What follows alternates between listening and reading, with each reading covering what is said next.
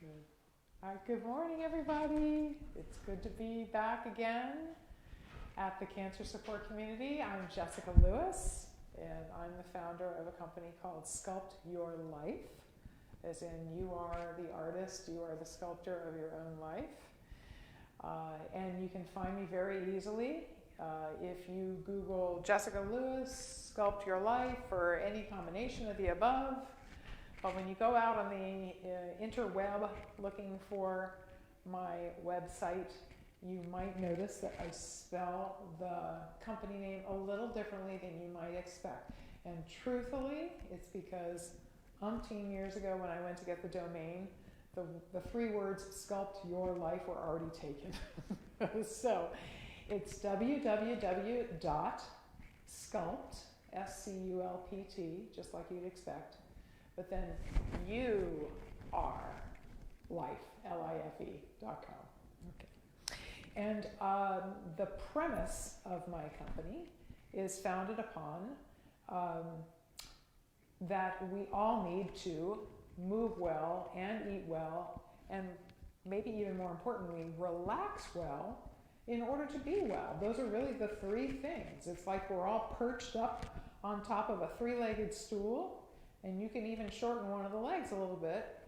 You'll start to lean over, you can still sit on the stool, but if you whoop one leg away, you're gonna fall over.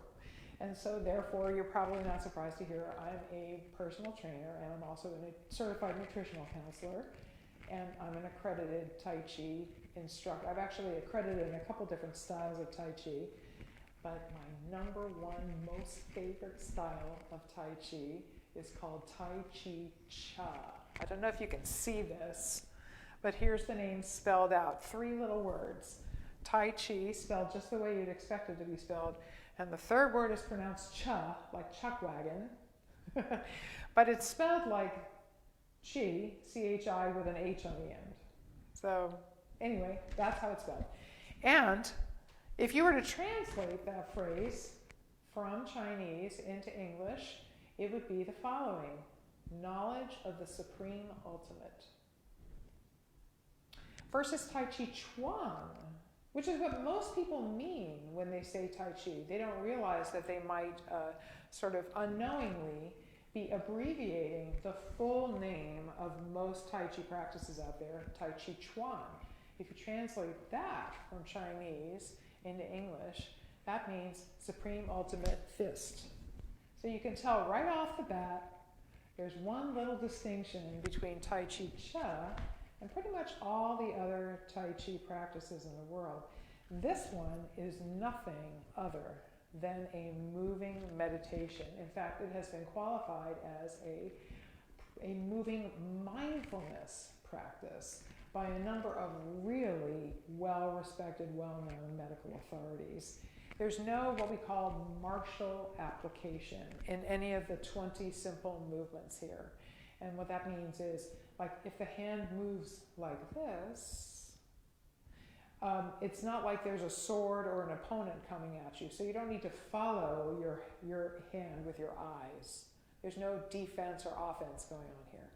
It's simply a way to allow your body to move in ways that enable you to instantly become very mindful, as if you were doing seated mindfulness, only you're standing and moving. So for a lot of people, it's a way easier and way more fun than good old-fashioned seated, quiet mindfulness. And that's frankly the reason why I discovered it and decided that I loved it and kept on practicing.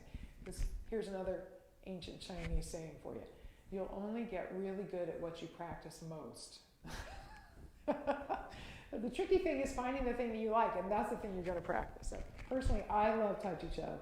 I loved it the minute I met it, and I have kept on practicing it ever since. So I did mention a moment ago, there's only 20 little movements here. Another little distinction about this particular style: there are a couple different kinds of Tai Chi that are similar in what I'm about to describe. Is you don't have to do all 20 movements, and you don't even have to do them in this order in order to achieve some really awesome medical benefits. The most important thing is that you practice all the time. So even just 15 to 30 minutes every day, and even if you don't know what you're doing and you're just copying along with me, that will be good enough, because I'll tell you another secret about this particular style. There's no such thing as bad Tai Chi Cha.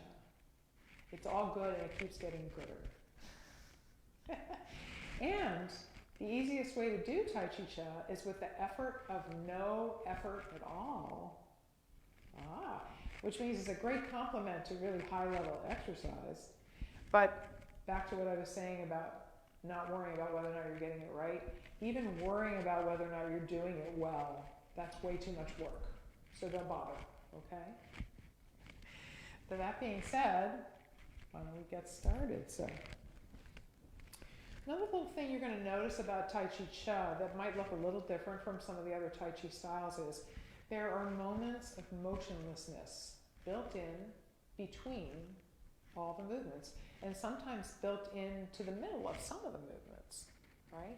And what I love about that is that it actually does enable you to spend a few moments doing standing mindfulness. So if you're into the quiet, old-fashioned style of mindfulness, some of that's built right in here too. Right? But just because the body isn't moving doesn't mean there's still not a lot of flow going on still.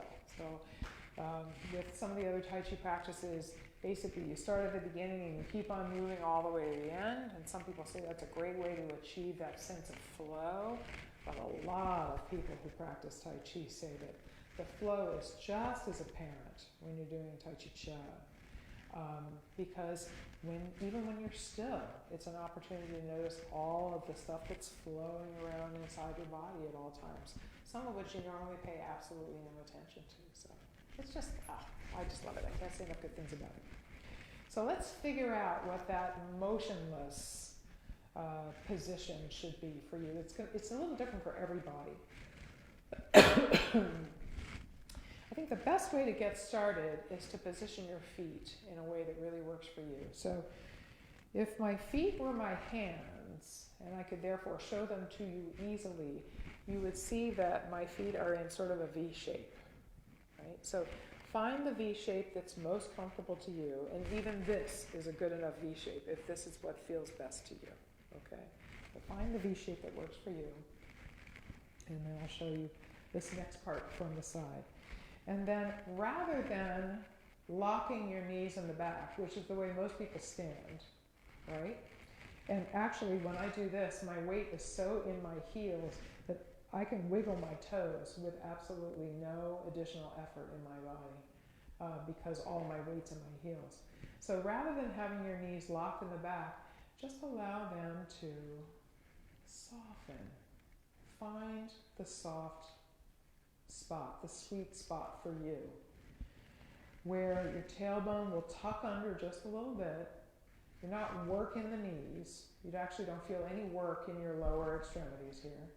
But you can feel your weight suddenly spreading out across the soles of both your feet. And if you haven't found it yet, send your knees all the way back again till you really feel your weight in your heels. And then just soften up, find your spot. So for me, it's right about here. Right about here. And then the other two parts to this equation are your hands. What do you do with your hands? So the best way to figure out what to do with your hands is first just notice what it feels like to let your arms just hang down from your shoulders. Easy, right? Just hanging there. And now what you want to do is simply lift the fingertips. So it's as if you're suddenly resting your palms on an invisible countertop that magically appeared in front of you. And you can also tell there's a little bend in my elbow here now. So not even really a bend, it's a softness. So now what you really got is soft knees, soft elbows. And this is the rest position. So I'm going to face you. Let's just hang out here for a few moments. Just feel this. Feel what's going on inside your body when you're in this position.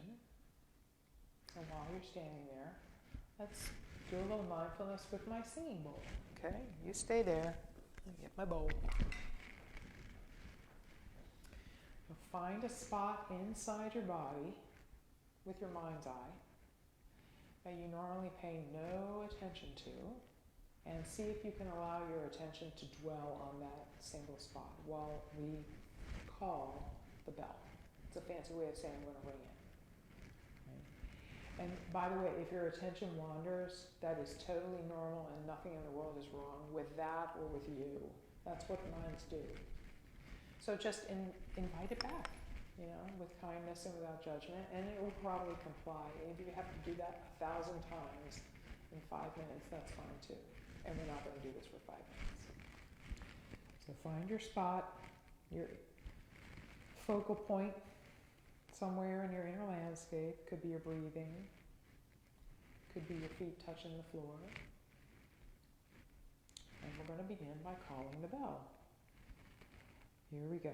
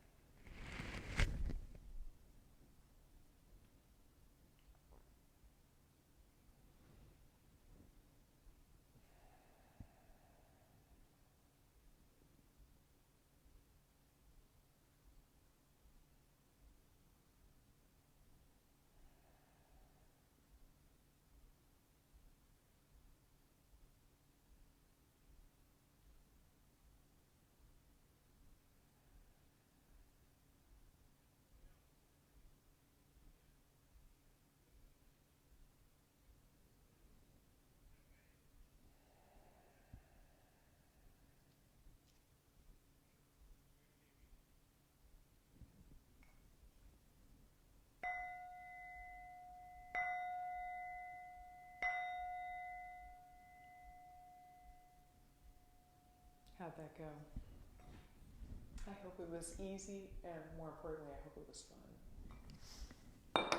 I love beginning and ending my classes that way. It helps me become aware of stresses and tensions in my body I don't always pay attention to, and just ask them to release. So here we are in the rest position, feeling the feet touching the floor.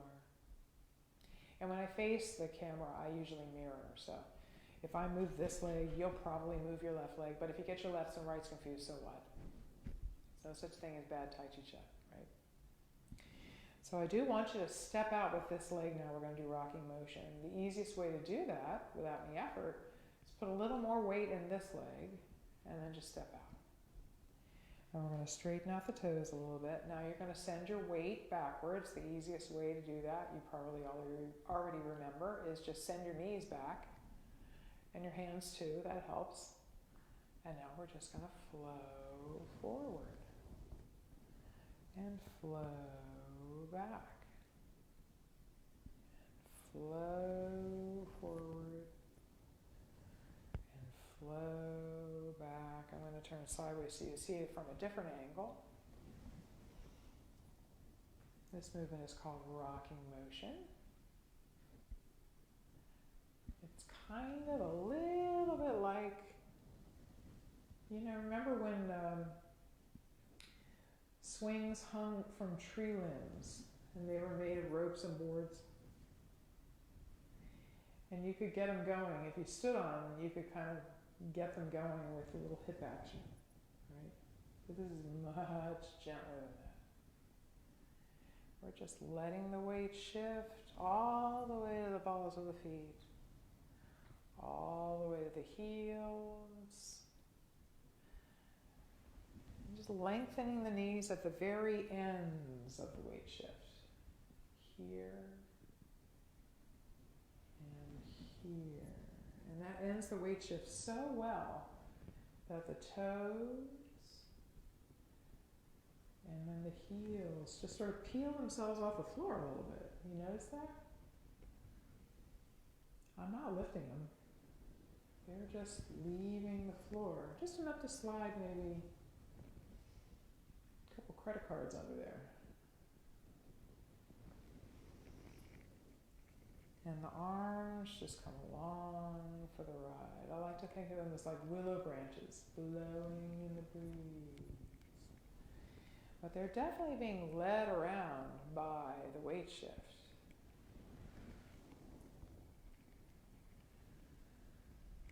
I'm going to face you. We'll do a few more facing each other.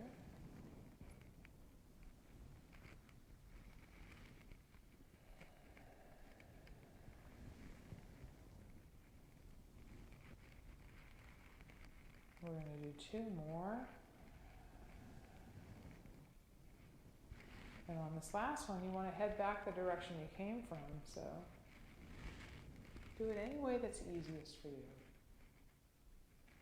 And feel your body at rest. Perhaps just notice the sensations of your feet touching the floor, or maybe even notice all the energy we just kicked up. We activated and circulated a lot of energy in the body just now.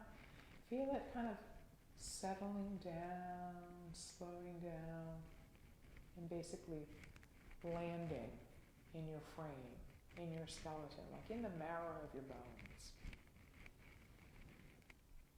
Good. And now we're going to do bird flaps its wings. So just let your palms float down and together, almost like there's an attraction between especially the heels of your hands, okay? And now you're simply going to let your weight sink and shift. Sink down and shift to the balls of the feet. And it will send the lower arms out like little bird wings. That's why it's called bird flaps its wings, okay? Here we go, just do it with me.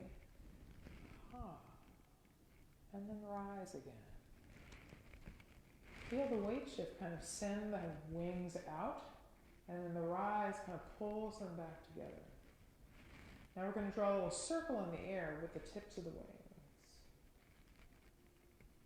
And then pulling back together. Let's do that whole procedure again, that series of 3. Here we go.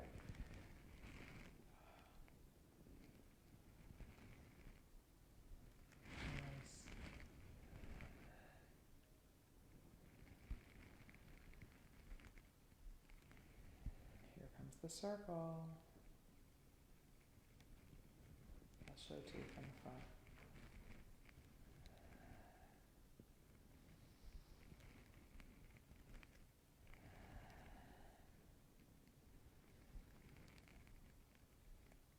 Sink and circle.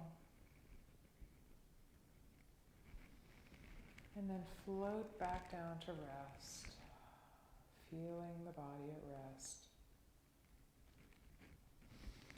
And now we're going to do a movement called around the platter, just plain old around the platter.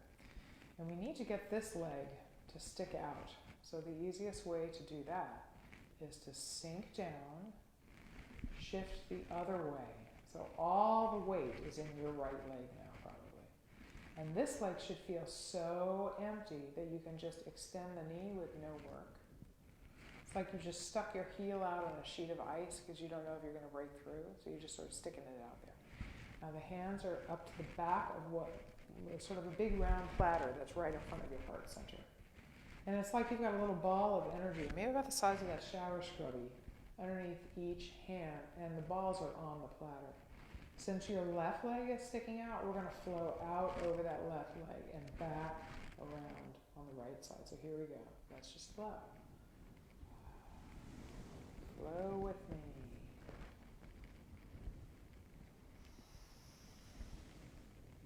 Nice.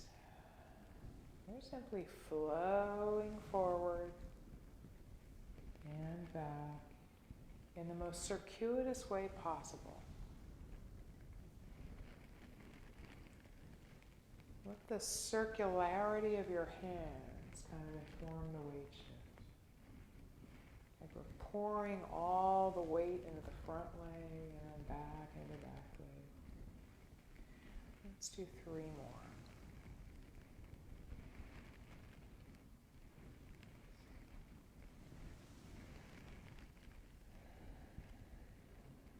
Last one. Now we're headed backwards, so just stand up on that back leg and it kind of pulls everything together. And then we just sink down into the soles of the feet. Let's do the other side with me facing sideways. And I don't mirror when I'm facing sideways that way. So let's all sink down. Shift into your left leg now. Extend your right leg. Hands up to the back of the platter. And here we go. Nice. It's like your legs are two tall glasses, and one of them is full of water, and then you pour the water into the other one, and then you turn right around and pour it back again. So pour the weight into the front leg and back into the back. You feel that?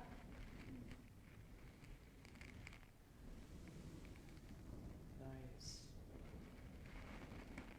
We're going to do one more. And then just float down to the soles of the feet. Now we're going to do a movement called around the platter variation. So here we go. Sinking down and shifting to your right so your empty left leg can extend. I want to make sure I don't step on my bowl there. Hands back up to the heart center. It starts exactly the same as the movement we just did, only here we go. Up, just in front of that left shoulder. Suddenly the fingers lift as if there's a ball between the hands now. And you guide that ball off to the front edge of the platter and just watch it disappear into the ether. Okay? And then the rest of the way around is exactly the same as around the platter. You see it?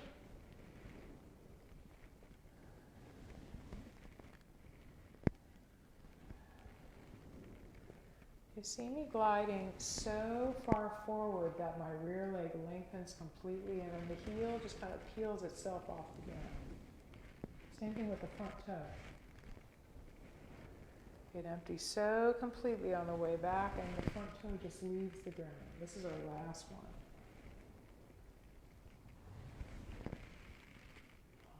Feeling the feet touching the ground. Let's do the other side with me facing you. I'm mirroring you again.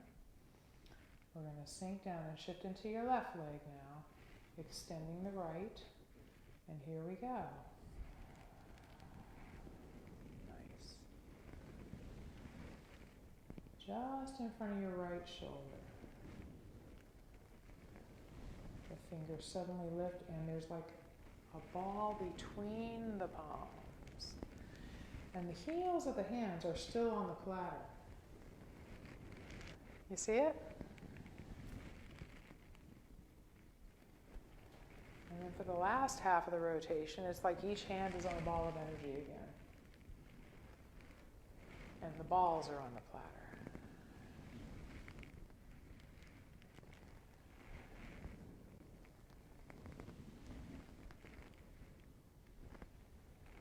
Nice. Let's do one more.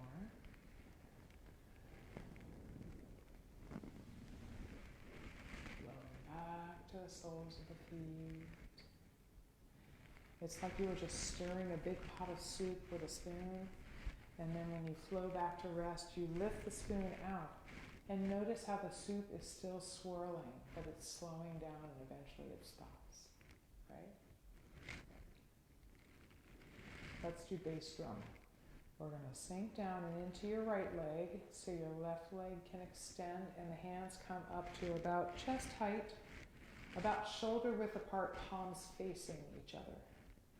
And then as you flow forward, the fingertips are going to circle down and around the outside rim of one of those big old-fashioned high school marching band bass drums. You ever seen one of those? They're usually strapped to the shoulders of some kid marching along in the band, right?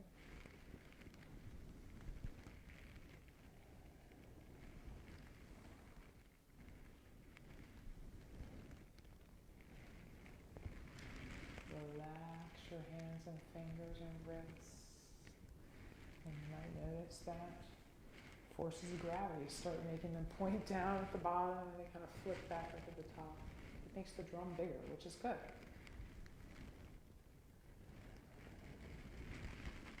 Do one more.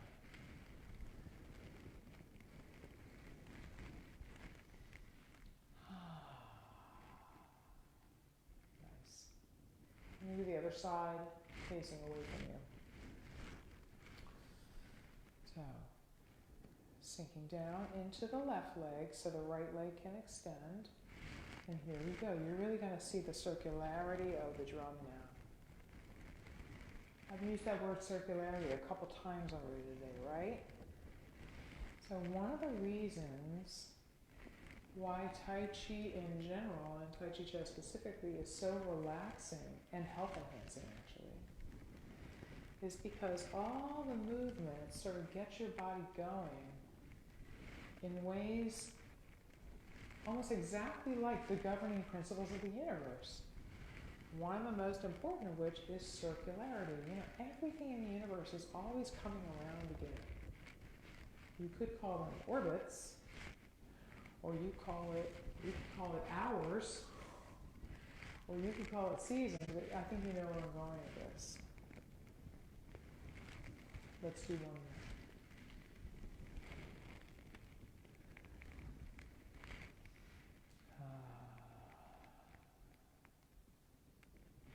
And now we're going to do a movement called Daughter on the Mountaintop.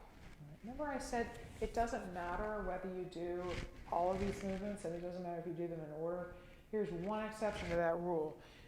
If you do one of these two movements, you should do the other. They're sort of like, they're not just sisters, they're like non-identical twins. They complement each other. So here we go, Daughter on the Mountaintop.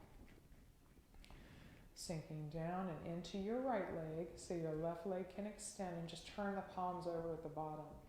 And now the weight shift forward is going to send the hands up as if they're about to clap, but then somehow they miss each other at the top and they simply fall. Nice. Look, I'm still drawing circles in the air with my fingertips. It's like two overlapping circles here. Like two of the four rings in an Audi logo. Or maybe more like I'm unzipping a jacket. Here we go. Zip. You see it?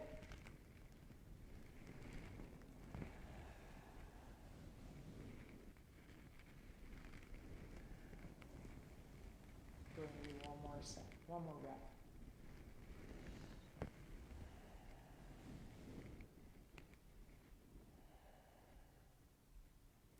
I don't know if you noticed it, but when the hands missed the clap at the top, one hand was closer to the body than the other.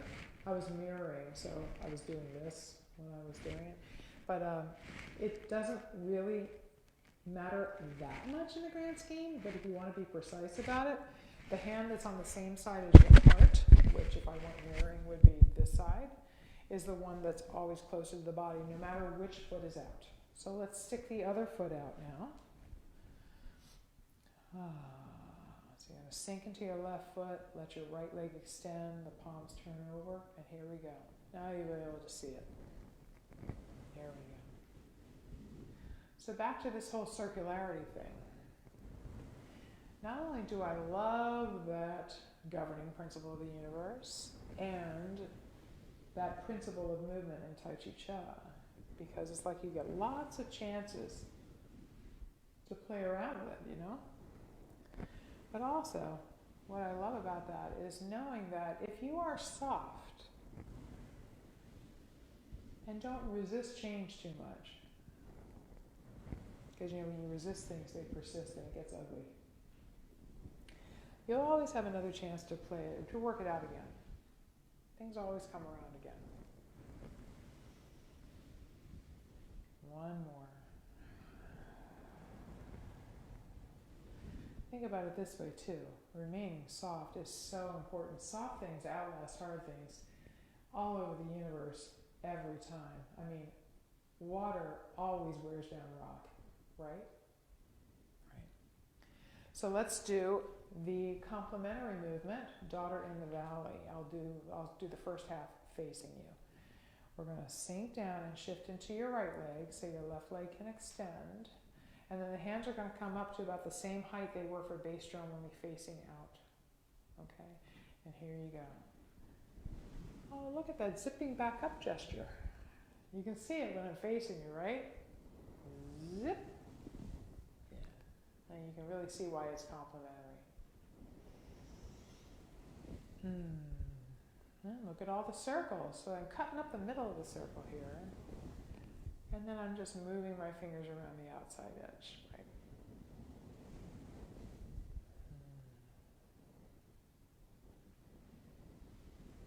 Nice. Let's do 2 more.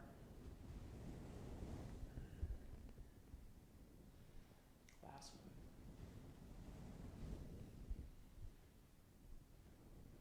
Flowing back to stillness, the stillness that is not still. I'm going to do the other half facing away from you. So sinking down and shifting into the left leg this time, extending the right. And here we go. Now that first move is a little bit different because you have farther to go when your hands start up high and then end up dipping down low. But generally speaking, when you're gliding forward and your rear leg is expanding, your hands are rising. You see it? And when you're gliding back, it pulls the hands back down again. So let the weight shift dictate the motion of the hands. Let's do 1 more.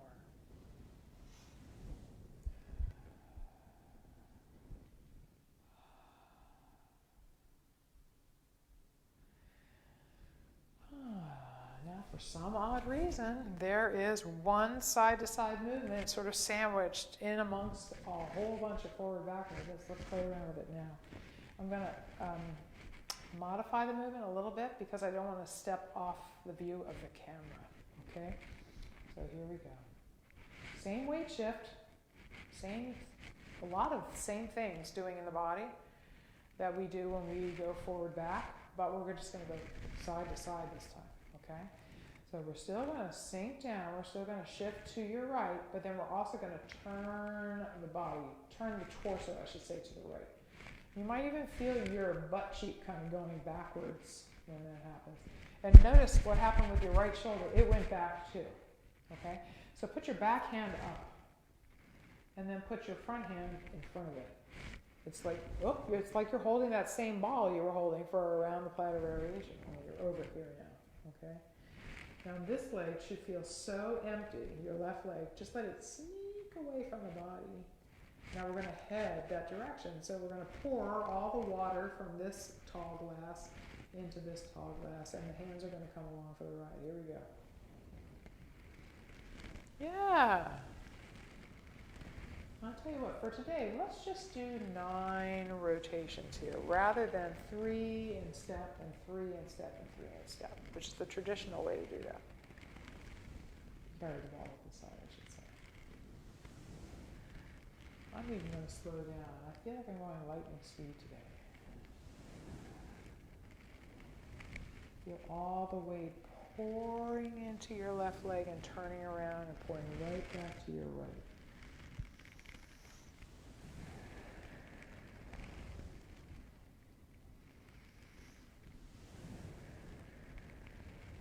Last one, we're just going to stand up on that filling up left leg, float back down to rest, and begin again on the other side. Sinking down, shifting to the left, and turning the waist. There go the hands. Empty right leg goes out, and here we go.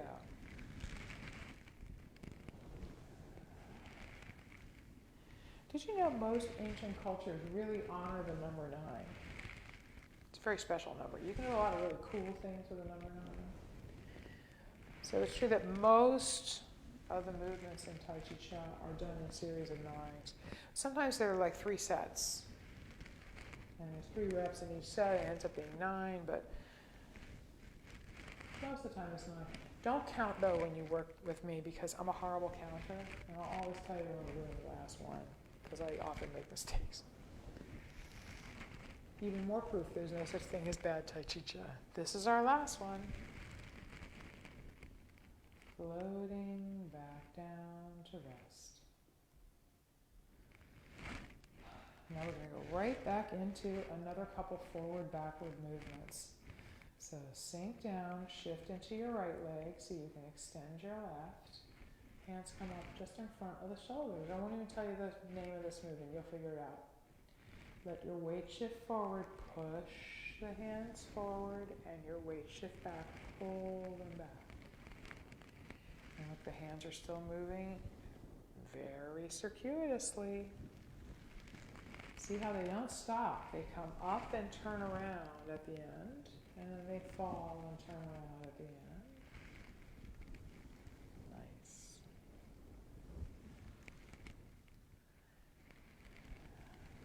Nice.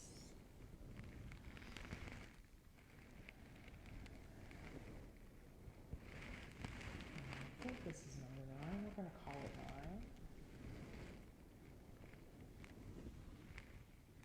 Floating back down to rest.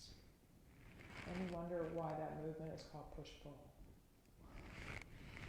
When you turn sideways, you can see it from the side. Sinking down and into your left leg, so your empty right leg can extend. And here we go. Nice.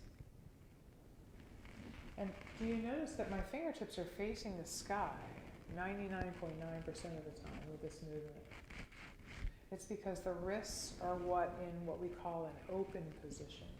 In fact, they're open almost all the time in all Tai Chi Chuan movements.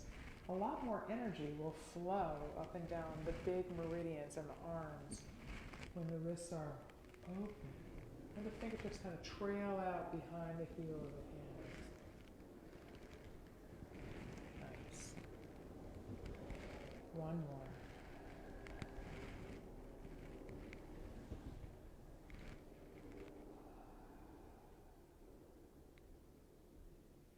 Very good.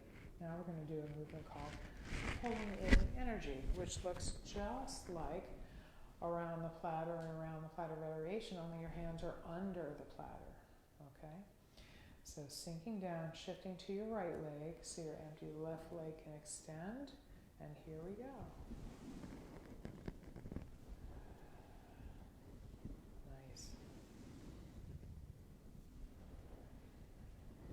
And you know why? I know for a fact, personally, I have a direct experience of what I'm about to tell you, that Tai Chi Chuan really moves the energy around your body so much more effectively than many other activities, even activities that are very strenuous, like cardiovascular exercise.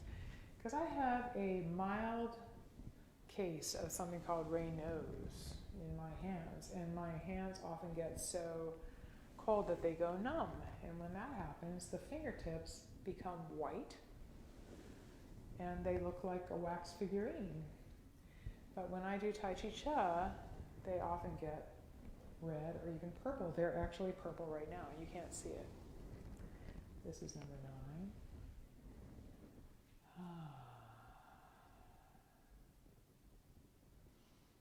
And we're going to do the other side.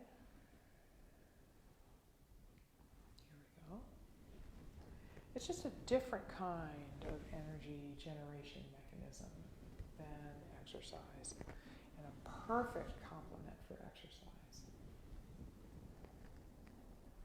You know, frankly, I know this from being a personal trainer.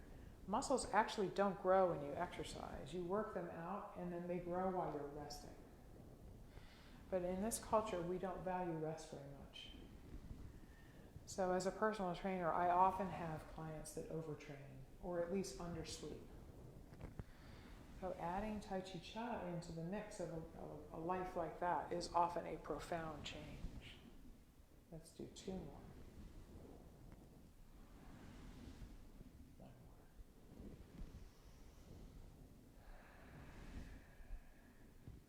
Soles and feet.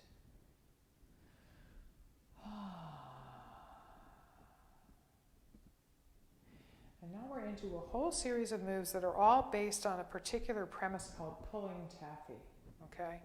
We've got variation number 1, number 2, number 3. Yeah, we're going to go over it. So let's play around with what's going on with the hands in pulling taffy. And I think this will become, the whole series will become clearer to you when we do this. Rub your hands together. We're building up some friction, so we're cheating a little bit. I'm going to help you feel a little bit more between your palms this way. All right, now, play around with the space between your hands and see if you feel a change in sensation depending on how far apart the hands are. For me, my hands get incredibly hot when they're about this far apart from each other, about an inch or less apart from each other, right? But I really feel it when I let my hands cross over each other, almost like an X. I'll hold it up so you can see, like this. You see sort of the subtle X shape I'm making? So now I'm going to drop it down. This is essentially what's happening with the hands when they cross over each other when you're doing pulling taffy. The hands start like sort of near the inner and outer elbows, and then they cross over each other in almost like an X shape. But for me, I feel nothing between my hands, nothing, and then heat as they cross, and then nothing. But you may feel some extraordinarily unusual sensations in your hands when they cross over. Or you may not, and if you don't feel anything, it doesn't mean that anything's wrong. Okay. All right, so let's play around with the first pulling taffy just one hand at a time, so you know which hand goes up and which hand goes down. And this way you'll always get it right, okay? So start from the position of rest. Just feel your body at rest, okay? So we're going to sink and shift to your right, and then turning the belly to the right, just like you did with carry the ball to the side. Now you notice how this shoulder, your right shoulder, went back, but even more importantly, this shoulder, your left shoulder, went forward. And actually the shoulder's telling the arm to do something. It's telling the lower arm to cross the belly. So that's what we're doing, okay? Let's do it together. In fact, just drop this arm. Just watch this hand. Listen to the message the shoulder is sending this hand. Here we go. That's exactly what it's telling it to do. Good. So now your left leg is so empty, it should be able to just sort of stick out to the side without any effort. We're going to shift that direction now. And this arm is going to open almost like you're opening a door, and the hinges are located along your bicep. They're next to your body, right? There are the hinges. Here we go. Creak, open the door.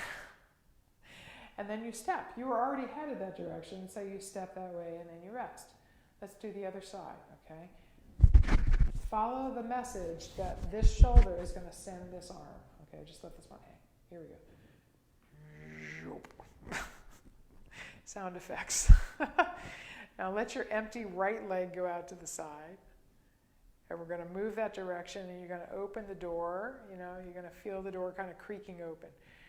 Creaking open the door. Let's do it again, one-handed. You could look at it in a different way. I'll explain what I mean, okay? Pay attention to the message your left shoulder is going to send your left arm, okay? Yeah. Look, it's like I suddenly have a little frisbee in my hand. I want to throw it over there.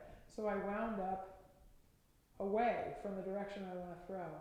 And I'm going to gently toss the frisbee, right? Now let's wind up again and toss the frisbee the other direction. Or you could look at it like this. I want to pass somebody over there a cookie. I have it on a tray right now. I want to keep it very horizontal so none of the cookies slide off the end of the tray. Would you like a cookie? Right? I don't look over there. Right? Let's go the other way. Would you like a cookie? Right. Okay, so now we're going to add the second arm. Here it goes. It's like this, and the other one just sneaks up there. And then there's that X shape. As you shift, the hands cross over. Good, let's do it again. Nice. Let's do 2 more sets, because we normally do 3 sets of pulling taffy. I'm still breaking it down a little bit so you can hopefully keep up with me.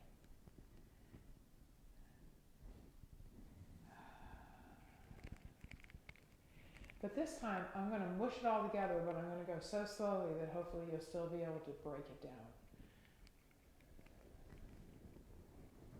Nice. Another way that Tai Chi Chih helps you improve your health is that it enables you to allow your body to move in a really holistic and integrated way. The whole body moves as one in a way that makes sense. Feel the body at rest. Good. Now we're going to do variation number 1, which some people just call anchor taffy, or you can call it pulling taffy variation 1, anchor. That's a little horsey, but it's not. I call it anchor taffy. Here we go. Same wind up, only instead of out to the side, the foot's going to come forward. It's going to be a little pigeon-toed. As you glide forward, though, you're going to keep your rear heel anchored rather than allowing it to peel itself off the floor like it normally does. That's what that pigeon toe actually helps you keep that rear heel down. Now, though, we're going to go that way like you'd normally expect. Here we go.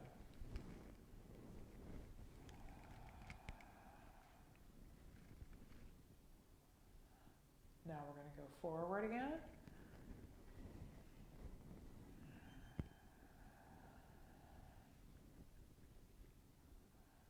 Now we're going to go back to the side from whence we came.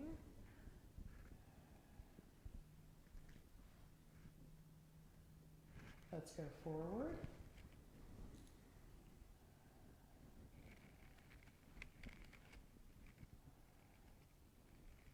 Let's go to your left.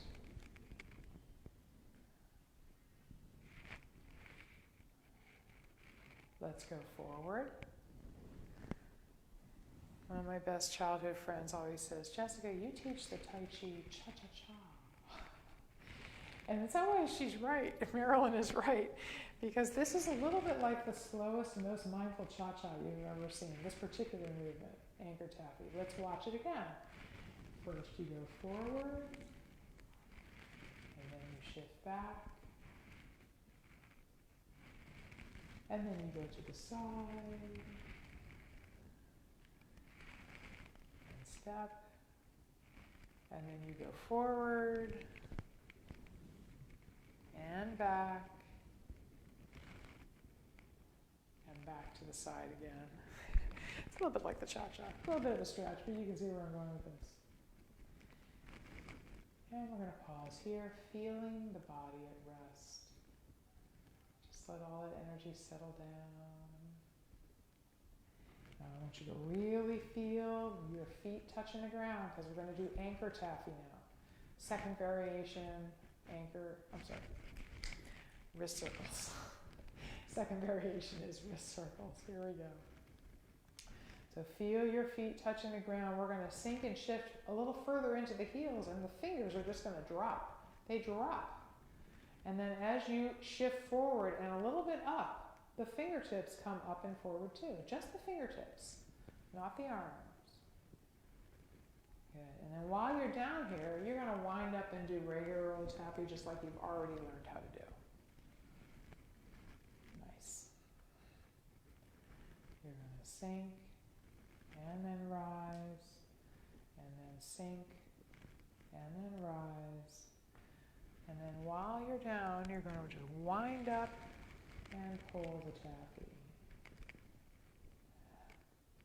I'm going to show you that sinking and rising to the side. You see it? The hands just drop, and then as you shift to the balls of the feet, and the knees lengthen, you come up and forward, and so do the fingertips. Oops, we're doing a few extras here. We're going to do one more extra. Good, I'm going to turn back sideways. This time, we're going to wind up and pull taffy. Remember that sinking and rising thing. We're going to use it again in just a few moments in another movement.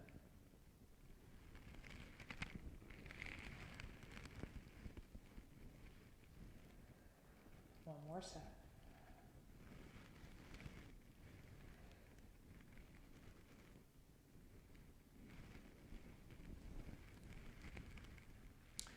With pulling taffy, You're seeing what I meant about sometimes we do 3 sets of things. It doesn't always add up to precisely 9, but sometimes it does.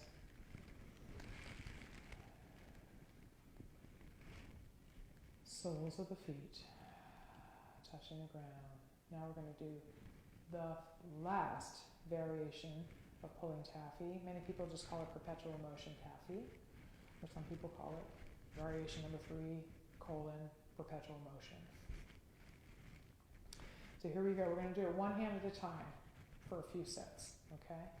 It's just like regular old Taffy, only you don't stop going. And you'll realize what I mean when I show it to you one-handed, okay? So, there was the side effect, right? The sound effect. And here we go. Oh, it's pulling the other arm across now. Oh, the weight shift is pulling the other arm across now. And look, the trailing leg gets so light the heel actually leaves the floor for a moment, and then it just goes right back down. And I'm going to add the second arm, but you don't have to. And the hands get about hip distance apart, they just flow back together again. Nice.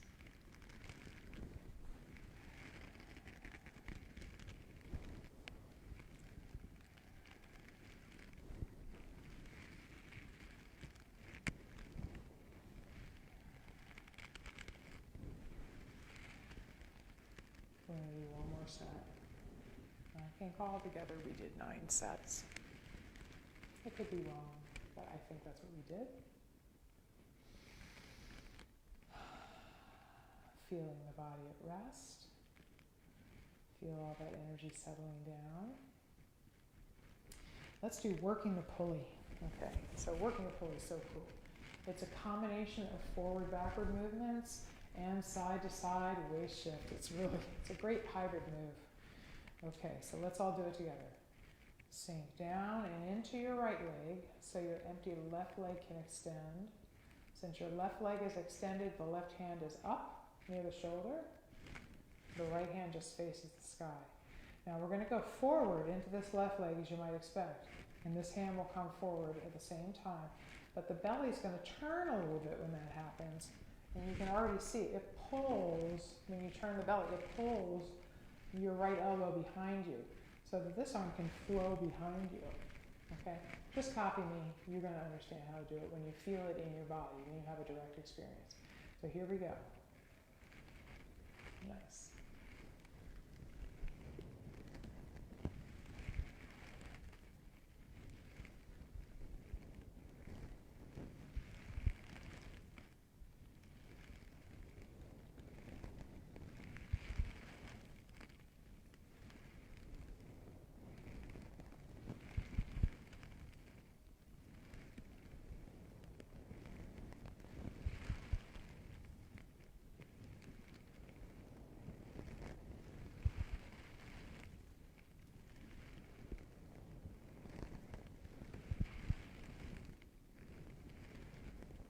We're going to do one more.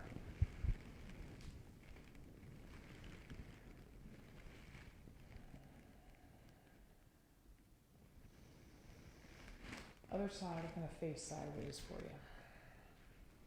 Sinking down and into your left leg so the right leg can extend. And of course the left hand will face the sky. And here we go. Look how my back is to you now. But now I'm facing you a little bit.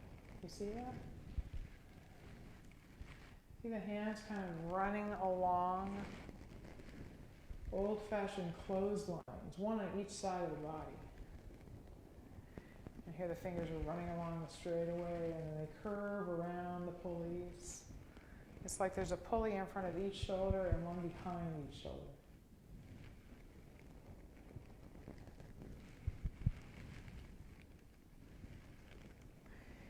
We're going to do 2 more. Last one.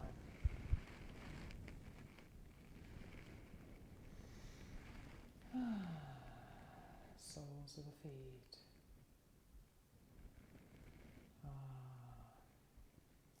So from this position, just sink down and gather up a little bit of chi and bring it all the way up to the top of the head.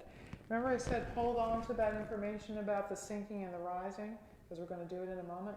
We're about to do it. Light at the top of the head, light at the temple is this movement that we're about to do.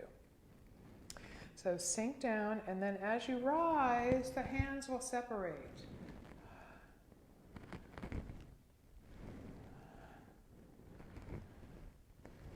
Now, mix forward. It's like you're pulling your energy up and out and mixing it with the cosmic consciousness. Feel the palms brushing by each other. You might have that same sensation you have when you pull taffy. Now hold for an equal length of time. It's usually about 6 seconds, both the pulling and the holding.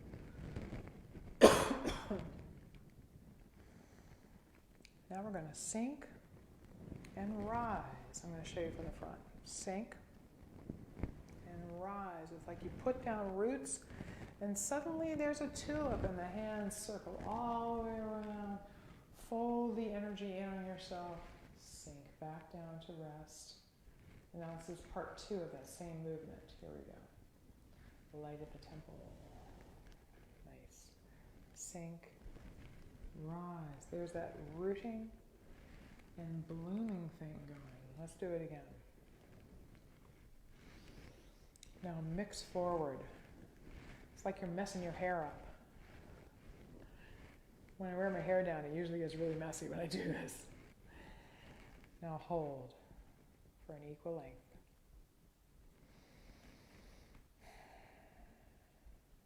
Now sink and rise, sink and rise, sink, circle all the way around.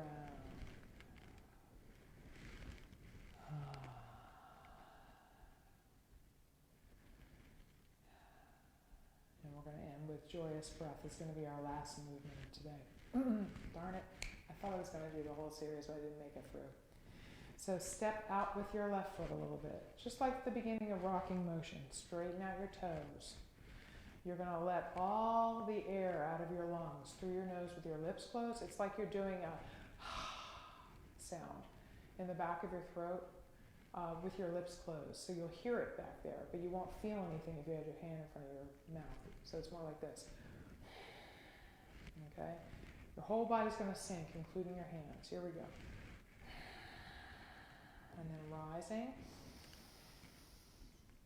Turn the palms over and you're going to press the air out of your lungs in 4 chunks with that same type of special breath you've already learned how to do.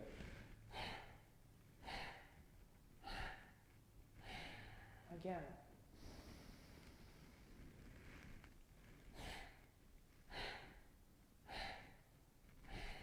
Again.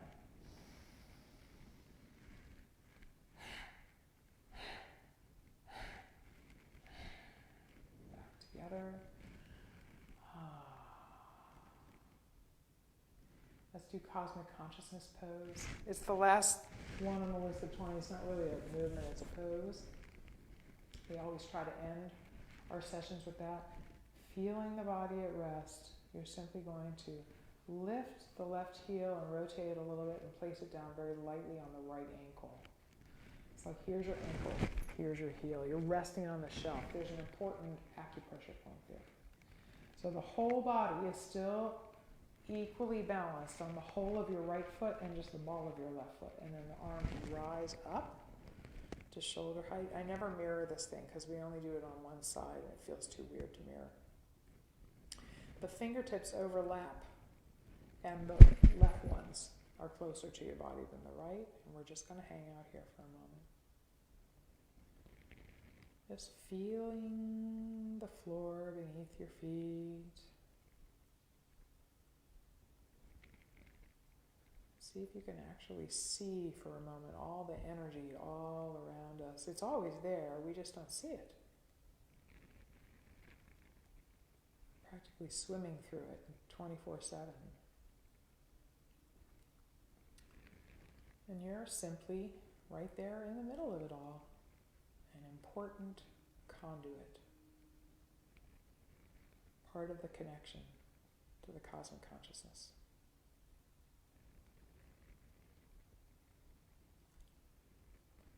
Float back down to the soles of the feet. And while you're there, let me get my singing bowl. Let's do it again. Finding that spot inside on which to focus your attention, preferably one you normally pay no attention to. While we call the bell, and while you wait for the second bell to ring again, if your mind wanders, no problem, just invite it back as often as you need to, okay, without judgment. Here we go.